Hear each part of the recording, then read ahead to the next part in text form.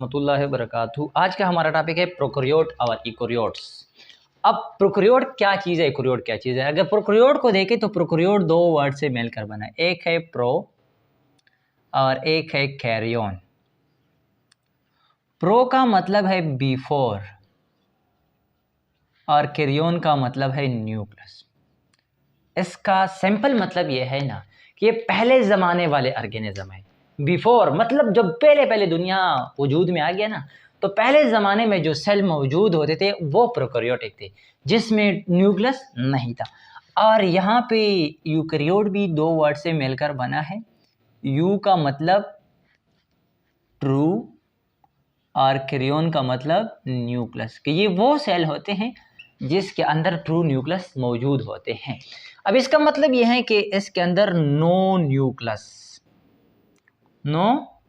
Nucleus, इसके अंदर membrane bonded nucleus मौजूद होता है। मेम्ब्रेन बॉन्डेड न्यूक्लियस इसके अंदर प्रेजेंट होता है। Nucleus is present.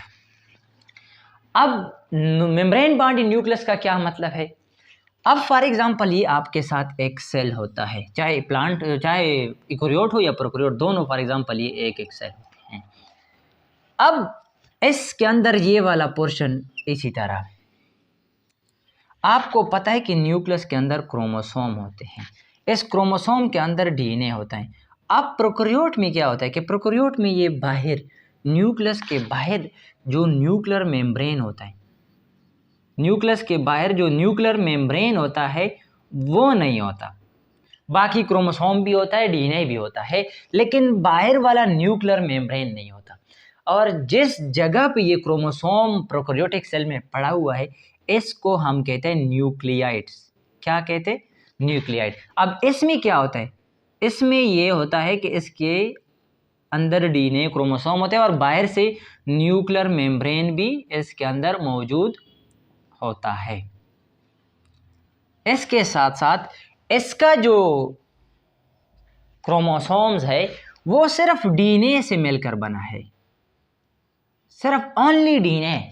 और इसका जो क्रोमोसोम होते हैं वो डीएनए प्लस हिस्टोन प्रोटीन से मिलकर बना है। डीएनए भी है और हिस्टोन प्रोटीन उसके अराउंड रैप्ड हुई हैं। और इसके साथ साथ इसमें जो राइबोसोम होते हैं वो 70S राइबोसोम होते हैं, और इसमें जो राइबोसोम होते हैं वो 80S राइबोसोम होते हैं। इस 70S और 80S राइबोसोम का क्या मतलब है कि फॉर एग्जांपल अगर इसकी सेंट्रीफ्यूगेशन हम कर ले तो ये 70 स्पीड पे अपने आप को क्या कर लेती हैं? सेंट्रीफ्यूज करती हैं।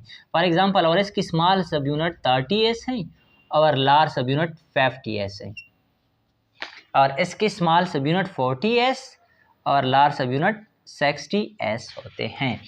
अब इसका सेल वॉल होते हैं और इसमें कुछ में सेल वॉल होता है, कुछ नहीं होता। फॉर एग्जांपल इसका एग्जांपल है बैक्टीरिया। क्या एग्जांपल है? बैक्टीरिया। अब इसके अंदर सेल वॉल मौजूद होता है। क्या होता है? Cell wall. लेकिन वो सेल वॉल किस चीज़ से मिलकर बना है? म्यूरिन से। और म्यूरिन को हम कहते हैं पेप्टिडोग्लाइकेन, भी इसको हम कहते हैं पेप्टिडोग्लाइकेन।